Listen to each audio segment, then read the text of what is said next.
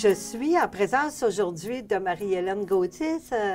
Bienvenue à l'émission, Marie-Hélène. Bonjour, oui, ça me fait plaisir d'être encore une fois parmi la télévision, parmi le groupe de la télévision communautaire, puis surtout d'échanger avec toi. Oui, ben moi aussi. Oui, c'est ça. Aujourd'hui, Marie-Hélène, on va parler d'animaux, de gardiennage d'animaux. Oui. Puis, moi, j'aimerais savoir les gens là, qui vont être hospitalisés ou ceux qui ont des hospitalisations assez longues ou encore des gens qui partent en vacances. Est-ce qu'il existe un service de gardiennage de leurs animaux? Disons qu'il n'en existe pas vraiment. On n'a pas vraiment de nom, c'est pour ça que je suis ici aujourd'hui. Puis je pense que pour comprendre l'ensemble, j'aimerais quand même dire le pourquoi qu'on parle de gardiennage de façon plus pointue. C'est que depuis 2007, il y a une politique à la gestion des Trois Pignons qui fait qu'on n'a pas le droit de se procurer un chien.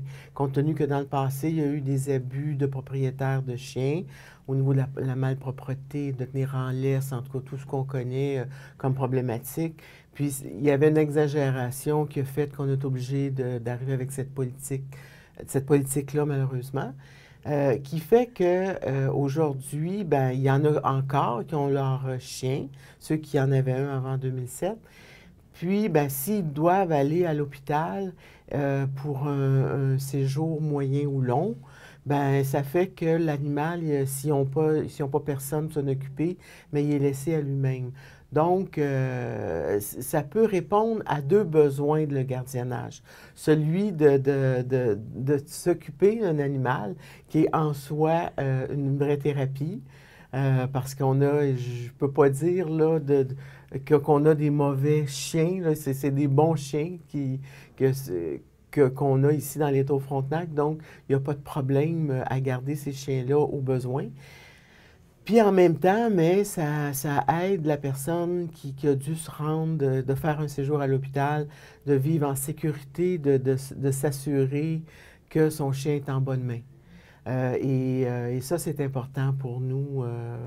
Pour ça, il y a différentes facettes à cet appel-là. Mais je pense que c'est un appel qui pourrait peut-être intéresser des locataires. De faire du bénévolat, une forme de bénévolat, mais qui leur apporterait beaucoup aussi en même temps, en gardant l'animal. Oui, il y a une idée qui me vient.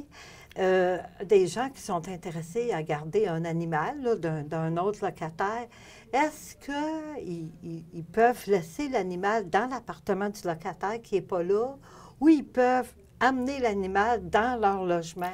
Ça, c'est l'entente avec le locataire, le propriétaire du chien, avec la personne qui rendrait les services. On a vu les deux.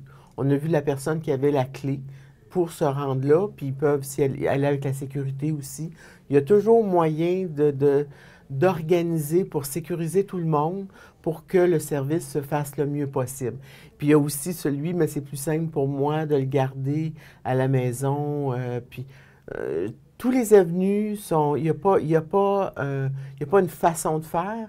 Il y a l'entente entre le propriétaire du chien et le bénévole. OK. Puis concernant les chats, il y a des locataires qui ont des chats dans la maison. Oui. Puis si un locataire est absent pour la même chose, pour une hospitalisation ou qui part en vacances une semaine, est-ce que c'est possible de laisser l'animal dans la maison, mais en autant qu'il y a quelqu'un qui vienne s'en occuper? Ou, Bien, absolument. Il y a plusieurs gardiennes de chats.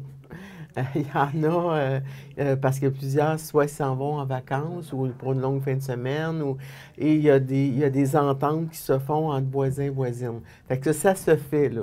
Actuellement, il y en a. Donc, je pense que c'est possible d'appeler un appel à tous pour les personnes qui ont besoin de quelqu'un qui pourrait garder leur animal à la maison.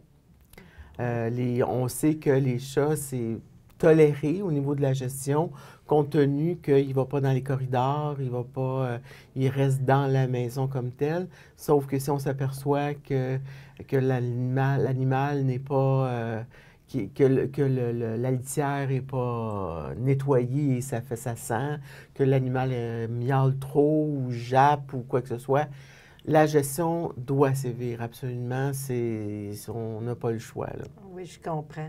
Puis pour les personnes qui seraient intéressées, ils peuvent communiquer avec à l'administration. Bien, en fait, les personnes qui sont au courant de ces demandes-là, souvent, ce sont les intervenantes de milieu, soit Maude ou Karine. Alors, vous pouvez les appeler à la gestion, demander à parler à une ou à l'autre, puis s'il y a un besoin. Au niveau de l'inscription, au niveau du bénévolat, bien là, c'est le loup. Le loup. C'est le loup. OK. Fait que d'une façon ou d'une autre, puis il y en a plusieurs qui connaissent le loup parce qu'elle est juste à côté de Lynn, là, puis Oui. souvent elle remplace Lynn à la réception. Alors, si vous parlez à le loup, bien, premièrement, elle va vous inscrire comme bénévole. Puis, et si vous voulez, évidemment, être dans le réseau bénévolat de Service Plus, et là, c'est plutôt Service Plus. Oui.